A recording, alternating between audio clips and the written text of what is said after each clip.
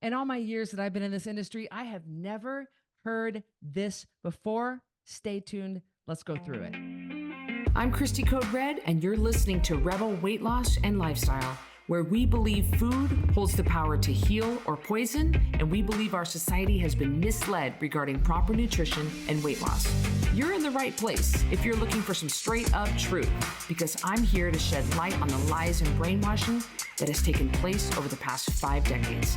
Thanks so much for listening. Welcome back to another episode of Rebel Weight Loss and Lifestyle. I'm your host, Cristy Code Red, author, entrepreneur, retired professional boxer, and we've got Jeff Later back on the program. Guys, I roped him in. In fact, I just texted him. I was out playing Top Golf with my family, and I said, Jeff, could you jump on a podcast with me? You said something that I want my people to listen to, and I want you to deep dive and talk about it. And he said, yeah, let's go. I got time right now. So thank you, Jeff, for being on here. Please, like last time, because we got really great feedback from you being the guest on Rebel Weight Loss and Lifestyle. We got great feedback, so we're having you back on. But would you please tell the audience who you are, introduce yourself? I think I can introduce you probably better than you could introduce you, but please tell us a little bit about yourself. Well, thanks for having me back. I'm excited to be here. Love talking about this stuff. A little bit about me. I'm just a normal guy that happens to love fitness, and I've trained a couple thousand people in my lifetime, and done a few things with my own fitness. I'm an IFBB pro bodybuilder, retired at this point. But yeah, I take a realistic approach to fitness. I love to help people achieve their goals that they thought were impossible. But yeah, for the most part, I'm just a regular guy. I brag all the time about how many thousands of people have come through Code Red and have had success. But you've had, like, when I heard how many people have had success on your program, I was like, ooh, maybe I better check myself, because it's been just from you actually being able to count like over 8,000 people that you can track and reference who have had success using your methods. Yeah, we've had a fair amount. I mean, it's not quite 8,000. We're about a little over 7,500 right now.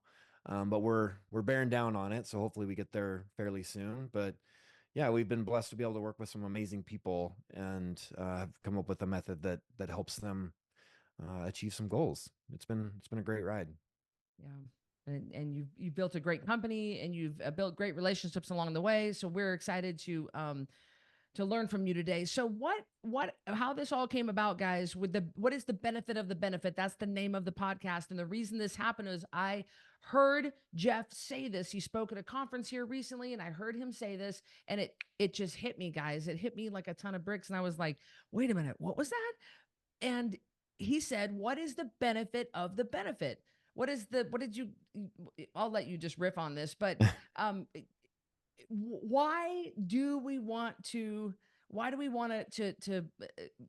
live healthy and take care of our health? And I just take off and tell us kind of how this whole thing started, and what did you mean by that? And I mean, it was profound. I mean, I've been doing this a long time, and I've never heard anybody say it like this before. Yeah, well, I think once I get into it, it'll really start to make sense. But what it comes down to really is that we set these goals. We tell ourselves that we want to lose weight, we want to build muscle, we want to feel better. But ultimately, it's not. We're not here to. The end goal is not to lose weight. The end goal is not to build muscle. The end goal is not to be fit. It's what that does for us.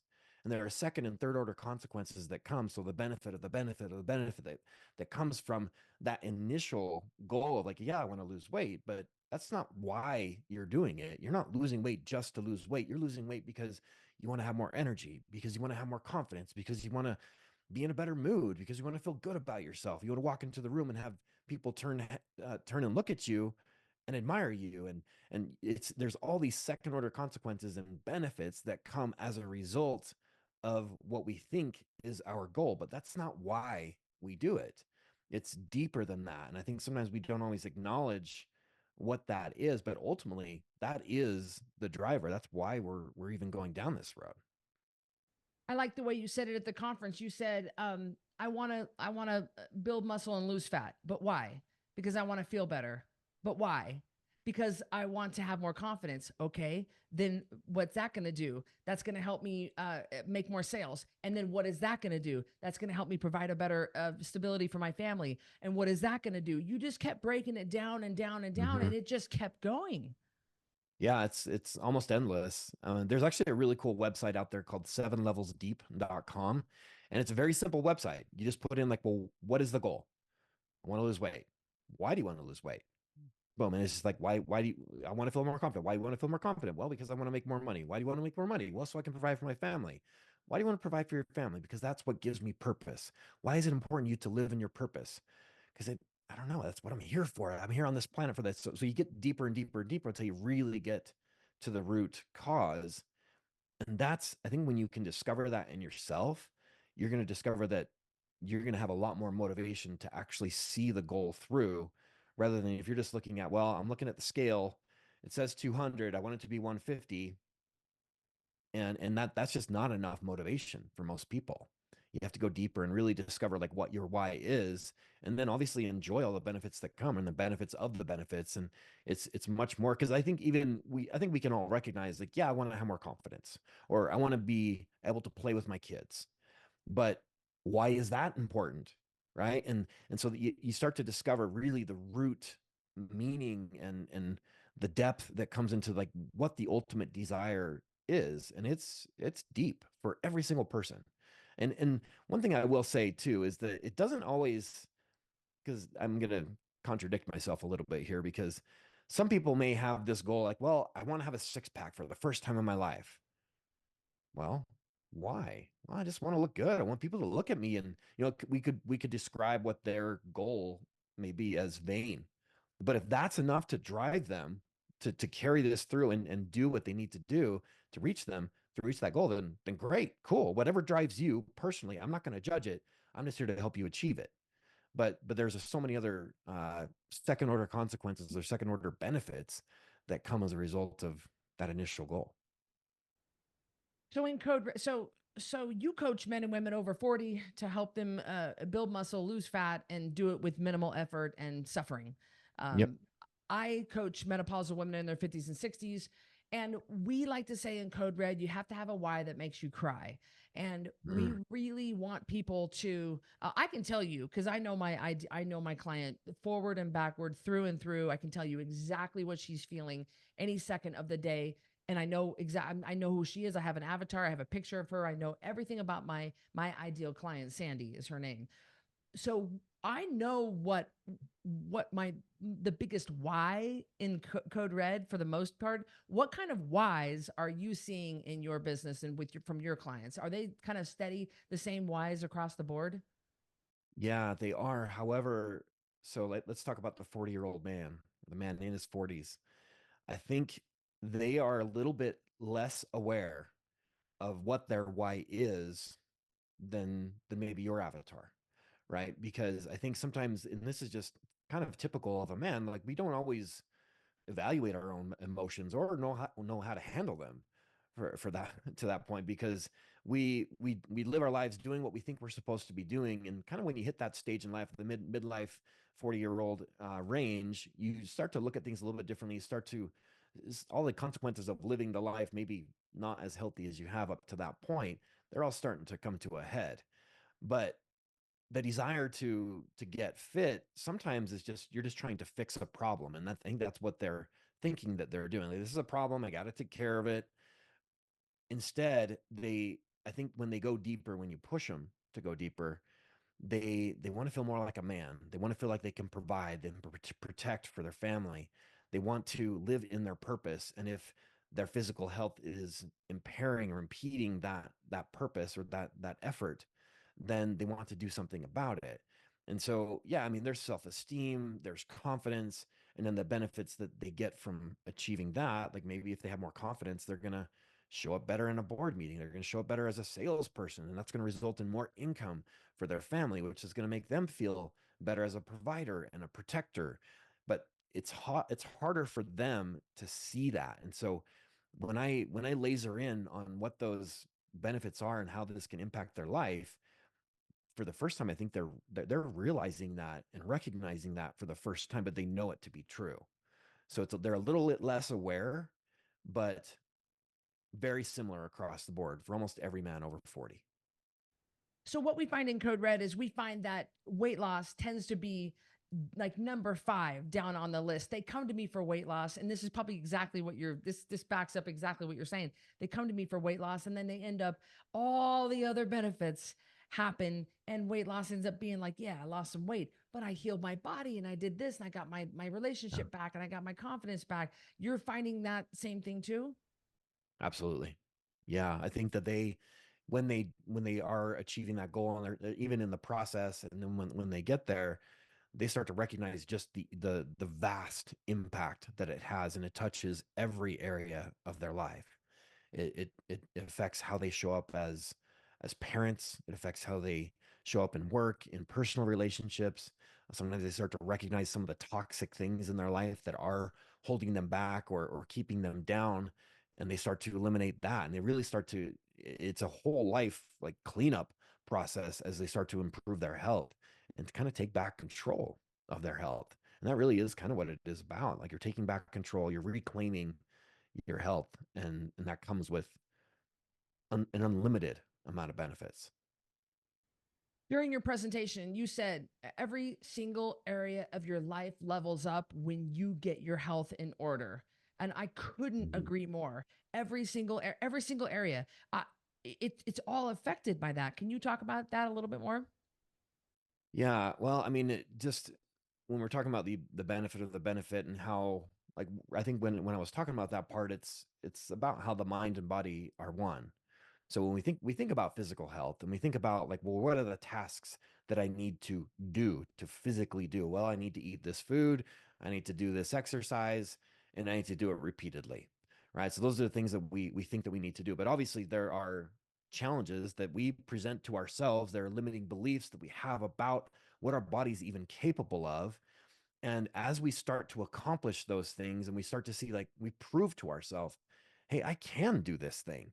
And so we start to feel more empowered. And that empowerment that we feel, like, oh, I can do hard things. I can do this thing that I thought was impossible, that a lot of other people struggle with, that I've struggled with my entire life. But hey, look at me. I'm actually doing this. And so that confidence that brings, not only in just maybe the physical appearance that they've achieved, sure, that brings confidence, but also confidence in knowing that you are capable, knowing that you did this hard thing, that will touch every area of your life. All of a sudden, you're able to have that difficult conversation. All of a sudden, you're able to be a little bit more daring, and be a little bit, maybe a little bit more extroverted. I know that was a benefit for me. Like, I used to be a very introverted, reserved, kind of a shy and not very confident guy. And now I'm talking on stage in front of a lot of people, and I'm online putting myself out there. And it's not just necessarily because I'm a muscular guy, but it's because of how I feel about myself and the things that I've been able to accomplish. And it goes back to some of the physical things that I've done, but it's all powered by what's going on between the ears, and how I feel. It's behavioral change. It's that mindset shift, that true shift that you experience as you do these physical things, not just the action of the physical things, but the mindset shift and the um, mental game that's involved to make that happen. I don't think that people during your presentation were expecting you to talk about the mental game, because I don't think people. I think people look at you and they think something that they don't look, maybe they don't look past the muscles at first, and they just kind of, oh, it's a meathead or something, oh, but that you do touch so much on mindset and the whole mental aspect of this whole game. It's so very little about the food and the exercise, and it's so much. You go through a lot of I know in Code Red 50% of what we teach is mental mindset kind of stuff, and 50% is an actual tactical program in a structured plan. Is that kind of how you have your program set up? Yeah, I mean, it's ultimately what's going to make it happen is again what's going on between the ears. I mean, there are so many different methodologies involved with how you can exercise, how you can eat, and a lot of them will work. Not all of them will, and not all of them will work for you, but ultimately what it comes down to is, can you stay consistent with it? Is it sustainable for you? but ultimately it's really like your own personal commitment, your confidence in the ability in the program, and just getting yourself to carry all the actions out. That has everything to do with mindset. And as you level up your mindset and your mental fortitude and that grit that you develop through this process, that will impact your drive when it comes to maybe working harder to get a promotion, or even like pursuing that crush that you've had. All sorts of different things in your life that doesn't, again, there's nothing that it doesn't touch. It's incredibly impactful. So yeah, I do get judged by how I look, and they're like, oh, you're obsessed, and you're just some dumb meathead that really has no education, just go in there and move some weight. Hopefully I can just, prove that stereotype wrong. Not that I'm really worried about that. Everyone's always going to judge, but I definitely think that mindset is at the heart of change.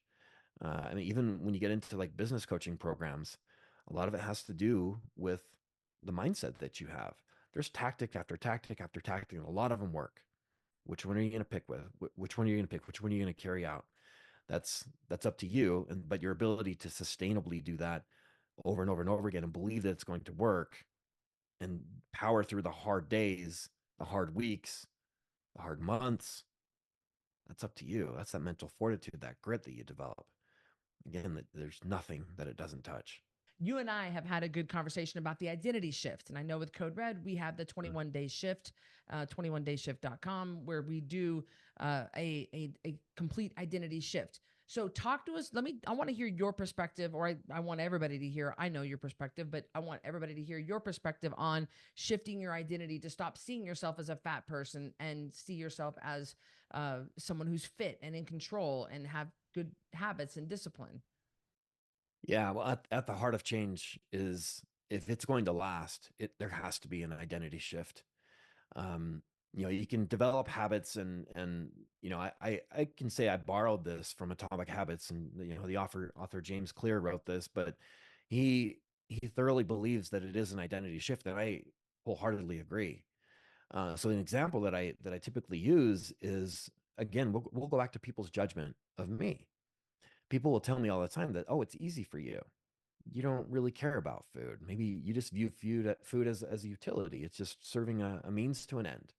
And they're not wrong in the fact that it serves a means to an end. But I love food. I love all the dirty food that everybody else loves. I mean, I love donuts. I love mac and cheese. I love pizza, burgers, all those things that most people would consider to be off limits. However, I do have control and moderation, and I can implement those things when I want to. But people would tell me it's easy for me. So when I first heard that, I didn't like it. And I really disagree with it. I'm like, it takes some effort. And if you walked a day in my shoes, you'd probably be done by half day, because I work hard. And after a while, after hearing this multiple times, I started to agree with them. I'm like, you know what? You are right, because this is easy for me. Even when I'm getting ready for a competition where, the demands are high, really, really high, I went about my day. You would never know that I was doing something like that, because I can handle it. Why can I handle it? Because that's who I am. That is a part of me. It is not abnormal for me to work out. It would be abnormal for me not to work out. I wouldn't be myself if I didn't work out. I'm not obsessed with it. I don't spend all day in there. I do like a 40-minute workout. That's all I do. And I am able to maintain my physique and build my physique. But it is easy because I have had that. That is part of my identity. I don't want to eat food that makes me feel like crap. I recognize what is going to make me feel like crap and what isn't. And I know when I'm optimal, and I want to be optimal. Who wouldn't want to be optimal? I think sometimes we have this, we operate in this short-term thinking world. And all we're thinking about is this: what is going to give me gratification now? Not thinking about what that's going to do down the road or even tomorrow. Like, I'm going to have these drinks tonight because I want to have some fun, but tomorrow is not going to be a great day. I'm going to wake up feeling like crap. It's going to affect me until about 6 p.m. the next day. And but you're not thinking about that when you got a beer in front of you, or you got whatever else in front of you that you're just wanting to satisfy that immediate gratification. That's the world that we live in. We want it now. We want it yesterday, and I don't care about the consequences until tomorrow comes, and you're like, I regret that. but we seem to forget that whenever the opportunity presents itself again. But I can look past the immediate and think long term. I think that's one of the shifts that I experienced. I know with Code Red, we always say, let us love you until you can love yourself, because we have people, again, we 93% of my clients are menopausal women in their 50s and 60s. I prefer that. I want to work with these ladies. That is my ideal client. I ladies, if you are listening right now in your 40s and 30s and 20s, I love you, but not as much as my girls in the 50s and 60s. Sorry, but we have when we have a lot of broken ladies that come to us, and they're so broken. They're so full of shame. They're so full of guilt. They just hate themselves, and they hate what they've done. They've let themselves turn into. And so we always say, let us love you until you can love yourself. When do you finally see in your program, with people coming through your program, that shift start to happen, that switch? We usually see it about a month in to the program, depending on how much somebody, when they hit that first 10% of their body weight off, and they get through the detox, and they start to really get into a good groove. We start to see the light come back in their eyes. We start to see a little spring in their step, a little pep in their step. Does that kind of, what do you kind of notice with the transition of your people? Well, as I'm sure this is probably the case with you too, it does vary from person to person.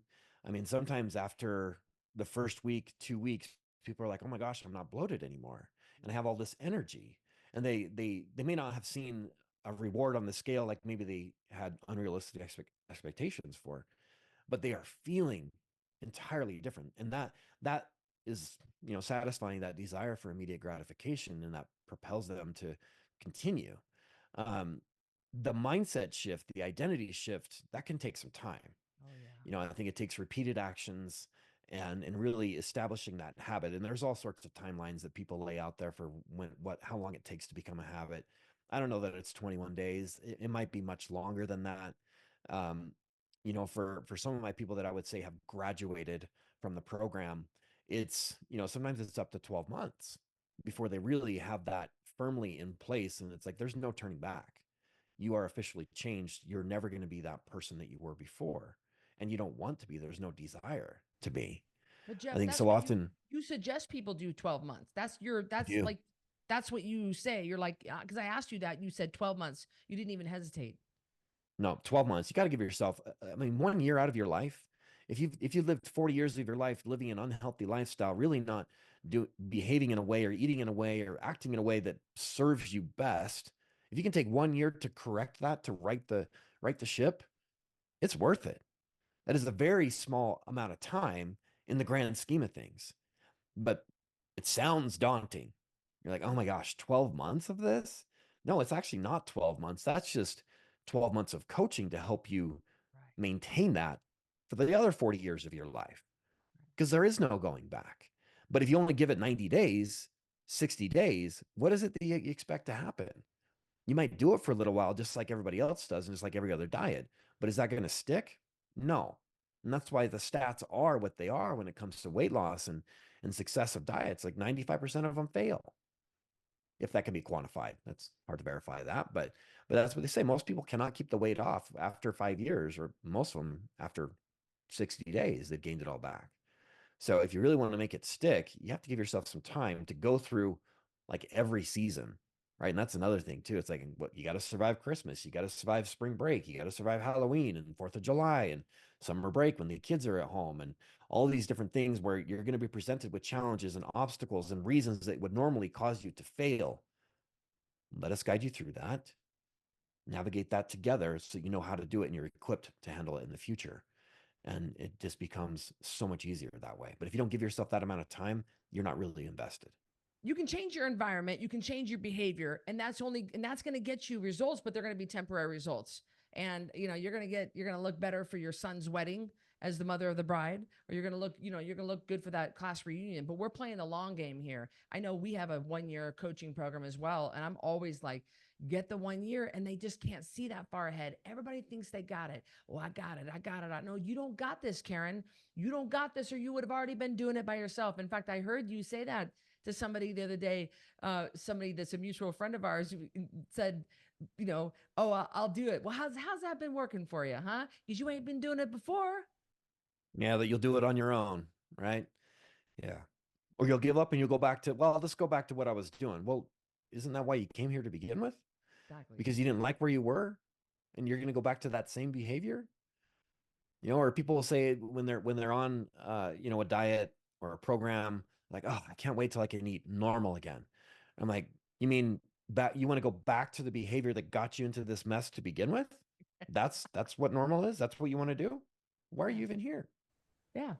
You want to go back to having diabetes and psoriatic arthritis and all this stuff. I know we put our people through we have a journal, and it's called the shift journal, and it leads them through these daily activities of gratitude, of visualizing what they want to be. And we always say it, and and I know you know all this, but we always say it in present tense, like I maintain 140 pounds because Mm. I blah blah blah. Do you put your people through any kind of mindset training like that? Yeah, we've actually developed our own method. We call it the True Shift method. So it's a series of practices and different activities that we do throughout the course of our coaching program that allows them to experience that mindset shift. Because if all we ever give is workouts and diets, the likelihood of that succeeding is very, very low. You can Google that stuff. And I always tell people there's nothing that I could give you from a fitness and nutrition perspective that you can't go out and find on your own. You can Google all this stuff. You can find it. Your ability to discern and decipher and filter out the garbage from the good is that's going to be hard.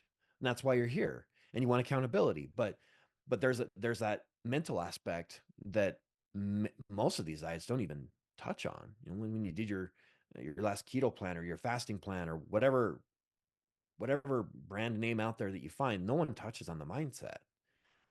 When you do though, that's when you know it's serious, and when you take it serious, you're going to experience that change for like finally going to experience it. Do So you have a change journal? for the Do you have a first time. journal though? Do you have a journal, Jeff? We send one out when they start. You really do have a journal? I was going to tease I you, but do. you have your bases covered. So take us back to when you were a kid. Your mom is very fit and has been your entire life. Take us back, because I don't, have you always seen yourself the way you are? Or when did this shift for you happen? No, I have not seen myself this way until, man, I think that happened in my early 30s. Oh, But yeah, I grew up with a mom that was a super mom. I thought it was pretty normal that every mom would have already gone to the gym and ran around the neighborhood 18 times before we woke up to a warm breakfast. I thought that was normal until I started to see, as I, gained friends and saw how their moms were and they were overweight and they didn't do any of those things. They didn't even provide a warm breakfast, even though they weren't up taking care of their own health in the morning. So she provided that example, but she never preached to us. She never like taught us, never verbally said, okay, you need to go exercise. You need to eat this. She didn't do any of that. She just led by example. And we all learned through her example and through just osmosis of being around that.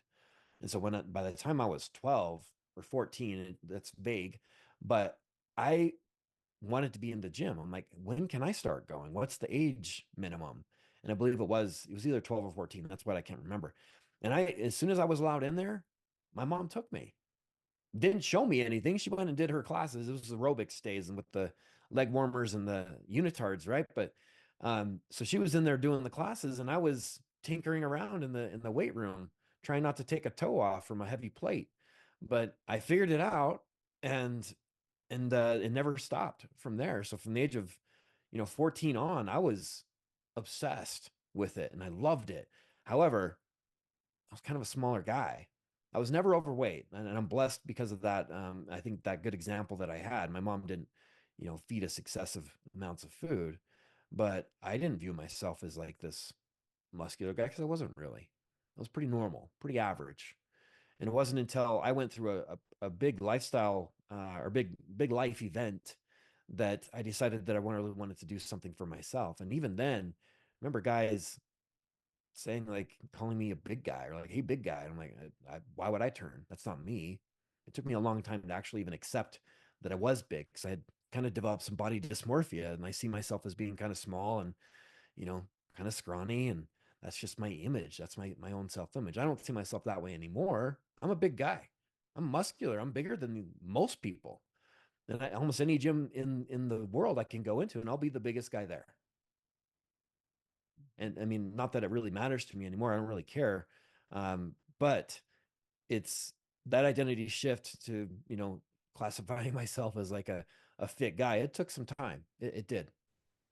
Mm. And you finally shifted and you don't battle with that kind of stuff anymore.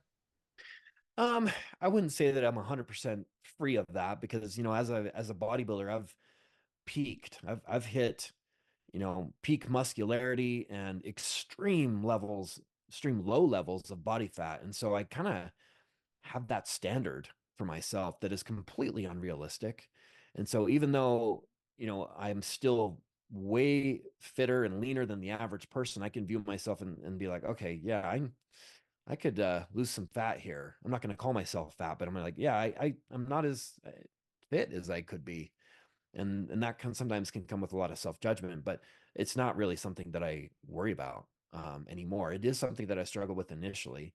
After I got on stage for the first time and saw that start to fade, I'm like, oh my gosh, I'm fat.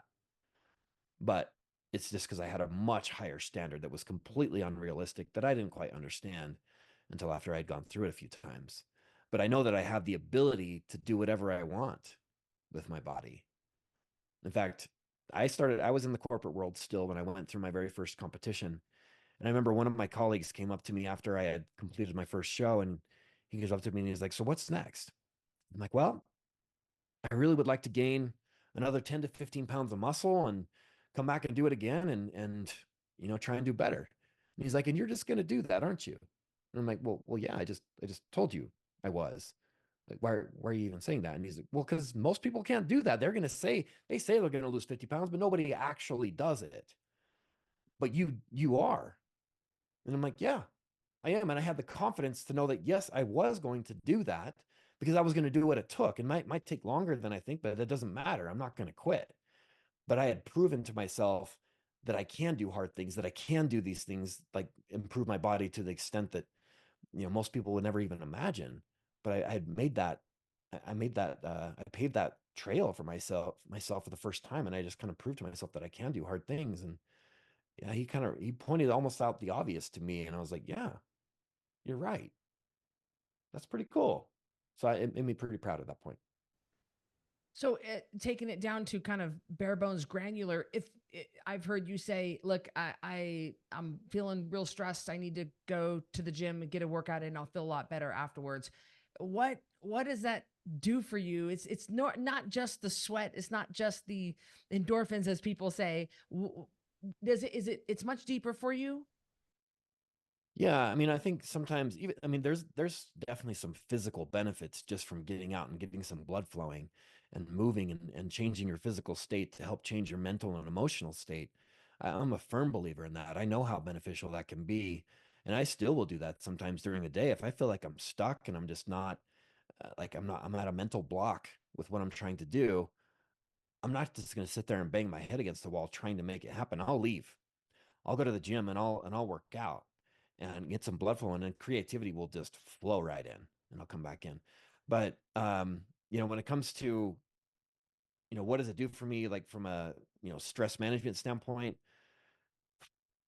incredible things. I mean, that's really what kind of got me into bodybuilding to begin with. Is I started going to the gym twice a day to manage my stress and to manage some life situations that were very difficult at the time, and it saved me.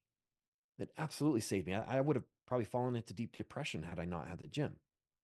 And I wasn't in therapy. That was my own therapy. It was gym therapy. Mm. Well, that's amazing. I have you I know that you saw my documentary, The Code Red Diaries of Madness. You guys can go to Amazon Prime. It's still trending in the top 5, and watch that. It's a good film. But man, I went through some real low times. Have you, in your clients, you have to talk them off the ledge sometimes when they go through these real real valleys, real low points in their training? Yeah, 100%. I mean, especially those that are really trying to achieve some lofty goals, you have to expect setbacks, you have to expect challenges, and you're not every day is going to be a good day. Not every workout's going to be a good workout. You're going to have to really power your way through those sometimes. But that's really where you get tested. That's where you really where you develop the mental grit and the fortitude and the discipline. Because if you only go when it's easy, if you only go when it's convenient, you're not going to make much progress, because life is going to smack you upside the head more often than we want it to. And if you're not prepared for those situations, if you're going to crumble under those situations, then you're going to crumble almost anytime that happens in life. And so that's one of the things, I guess, physically that we learn, and that, again, how the mind and body are one, and this mental aspect, this mental game that we're playing. You prove to yourself that you can do these things even when it's not a good day, even when you're not feeling your best, even when the motivation is non-existent. Like that's the thing that I get asked all the time. Like, how do you stay motivated? I'm like, well, I don't. What is motivation? Why do you need motivation? You need to have a reason. You need to have a why. You need to develop the discipline and the mental fortitude to continue to do it, no matter what your feelings are. It's not feelings that drive this; it's action, and it's that mental fortitude that you develop in the process. We look around, we see 88% of this country is overweight and sick, metabolically broken. So why, in your opinion, is it? And I have my opinion, but I want to hear yours. Why is it that we are so sick and fat and people cannot get moving in this direction? We live in a society of convenience and comfort, and I think it's human nature to avoid discomfort, right? So we're constantly avoiding anything that makes us go out of our comfort zone, that makes us, that causes pain, any sort of discomfort. And so that has become, I mean, that's really at the heart of business. Like, we're always finding solutions to a problem. Like, that's what almost every business model is. Well, I'm solving the problem of getting up and turning the knob on your TV by giving you a remote, right? I've created a car to make it easier to go from one place to the next. There's an escalator to avoid climbing the stairs. And so everything is based on convenience. And that's again come with the whole immediate gratification society that we live in now. We want it now because almost everything in this life is available right away. I mean, you can have your car fixed by plugging your computer into your car and having somebody remote in and do it. And you don't even have to take it to a car shop anymore for some things, right? Everything is available right now at our fingertips, and that's the mentality that we develop. And so we expect our physique to change right now, and we want to do it in an easiest way possible. Like, oh, what can I? How can I get this outcome without doing anything? Let's do that. That's what I want. But they're missing the whole all these other benefits that come along with it, those second order consequences. I'm a big believer, you guys. Even though you're a Code Red fan, you're a fan of mine. You love this podcast, and we're coming up on 300 episodes together. I'm a firm believer in finding what is going to work and finding what you will stick with. So, Jeff, tell us a little bit about what you could offer my people if they want to switch over into your program, and how what's the best way for them to be able to learn more about what you do. Well, I am a firm believer, especially, for 40 plus, um, in the power of muscle. And I think most people are thinking like, well, yeah, of course you're going to say that, Jeff. You're a bodybuilder. You want to make all these other bodybuilders, and that's actually not the point at all. I think muscle is way more important as we age and as we go into our latter years than it is at any other point in your life. Has everything to do with strength and vitality and quality of life as we age. And there's so many associations with insulin sensitivity, with bone density, with um, longevity, with survivability of disease. Like, if you're in your 70s and you fall in the shower, you fall going down the stairs, that could be it for you if you're not fit. But if you are taking care of yourself and you're not a weak, frail, old person, but you're a fit, durable old person, those things are not going to affect you negatively. So, how can I help? Well, my whole program is called Muscle Mastery. And so I really help people develop muscle, and they're obviously going to lose fat in that process because we want to make sure they have a healthy body composition. But I am an expert at building muscle. And that is something that I really pride myself in. I help women and men of all ages, but obviously especially focusing on the 40 plus, to develop their physiques. And one thing I should say there is, because I'm sure this is floating around in the backs of people's minds, is like, well, I don't want to be bulky. Well, you're in luck, because that's not going to happen. And you're not going to look like me overnight. That's very insulting to think that, because this took me a lot of work, a lot of time, and it was very, very, very intentional to look bulky. And I think people would call me bulky if they so choose. But it's not going to happen without a lot of work, a lot of intention. So nobody should be afraid of working out. Nobody should be afraid of muscle. It is absolutely vital for optimal health into your latter years. How can they find you? Best place to find me is through Instagram or Facebook. This is just at Jeff Later is my handle, JEFFLATER. I post on there every single day. I'm posting tips. I'm busting myths. I'm try to be funny sometimes. I'm not always successful, but yeah, just hit me up there, give me a follow, and hopefully some of the information I share is helpful. And if it's a good fit, you can reach out and we can talk through some of the options. The benefit of the benefit, guys. I hope you enjoyed this episode of Rebel Weight Loss and Lifestyle, and we'll see you on the next one. Thanks, guys. Thank you so much for listening to Rebel Weight Loss and Lifestyle. If you are looking for some hardcore accountability to get and keep this weight off, look no further, because I've got VIP Connection. This is the ultimate connection to me, just short of me sleeping on your couch. You're going to get 3 daily messages from me in real time directly to you.